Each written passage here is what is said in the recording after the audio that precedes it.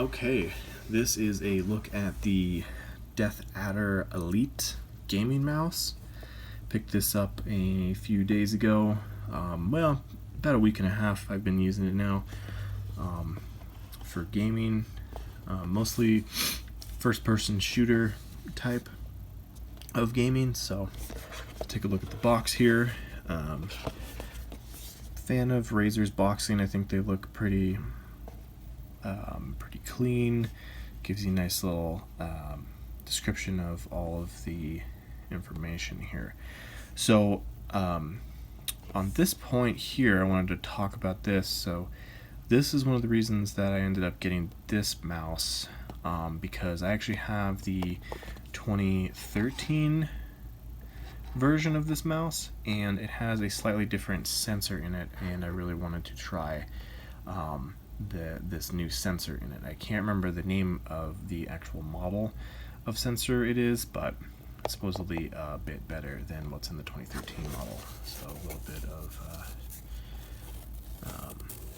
material on the top here. That's a nice little touch. But yeah, so this is the box. It's got the chroma, so this changes color and this changes color as well. So let us take a look at the mouse here. So pretty similar to the old design. Still got this same rubber, which the other one has. Some of these shapes are very similar. These buttons are new. These are default, set to do resolution. This texturing here is new. This has a little bit different sound. It feels a little bit better to click and to scroll, so I like that. The click action sounds pretty good. I like the feedback that it gives, so fan of that. Like I said, this lights up. You can change its color, you can make it breathe, you can make it blink, you can make it rotate through all the colors. I personally don't care at all about that. If it was just green, cool, whatever. So not important to me. Okay, so one thing that is kind of cool about this light is that I play Overwatch, and it can interface with this light, and it'll change, you know, like when you're on attack, when you're defending, if you play different characters, or depending on what screen you're in, these light up to give you some kind of visual indication as to where you are in the game. That's kind of cool. For the mouse, I don't think it matters because your hand's going to be over it all the time. But if I had one of the newer Razer keyboards with that, it might be kind of a cool little indication as to like what's happening in the game that you could get additional feedback for. So if I end up getting one of those keyboards, I'm going to do a little review about that and how I feel. But on the mouse, I think it's kind of pointless. So yeah, so these are the same buttons that are on the other one. Their location is the same. Now they actually feel quite a bit different, actually. I think these feel a lot more solid, more premium than on the 2013 edition, so they did a nice little upgrade for that.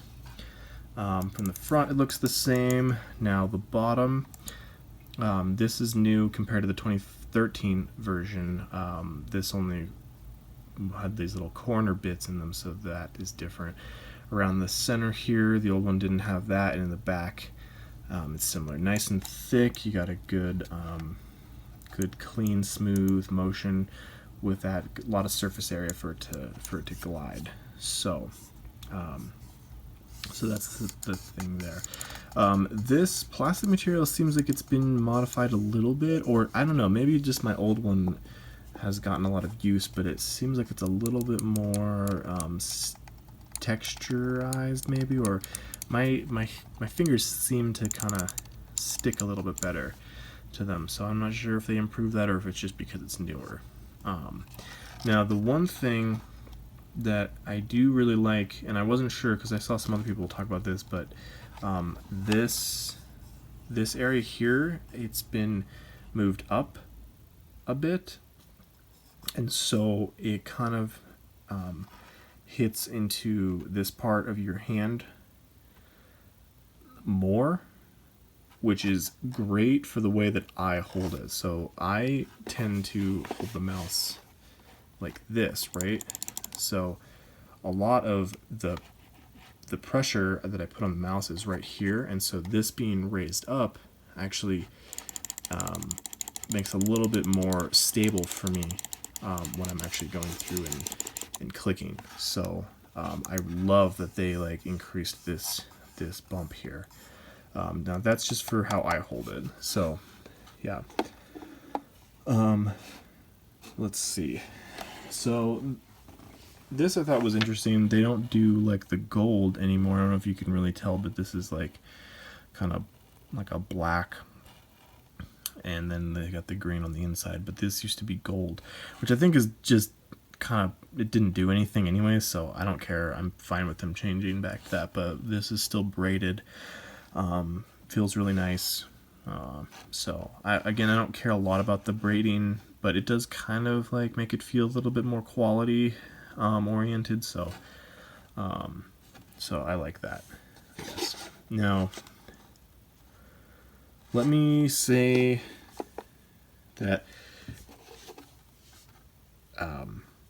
well, let's compare it to the other one. So I have my 2013 here. So as you can see, this is a little bit different.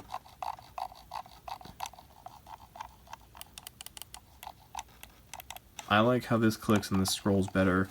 It does not have the resolution. I don't use this though in the game, so I don't care a lot about that, but it's nice to have it.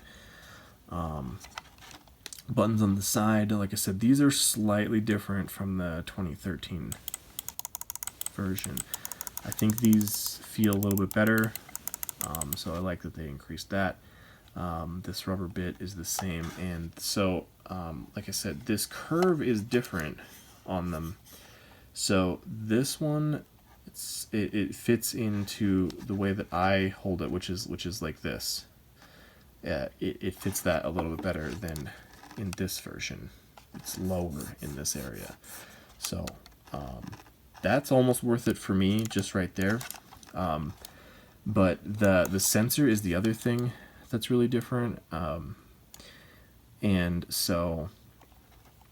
just on the bottom, really quick before I talk about the sensor, you can see that the feet, so this has a lot more surface area to actually slide around. I don't know if I've really noticed that that's better. I feel like it is, but it's very subtle that it's really better necessarily. So yeah, but yeah, so clicking on the old one, clicking on the new one. Yeah, the clicking is pretty similar. This one I think feels better just because I think it's new. That's like the big thing. But yeah, so let me tell you a little bit about how I feel with this sensor.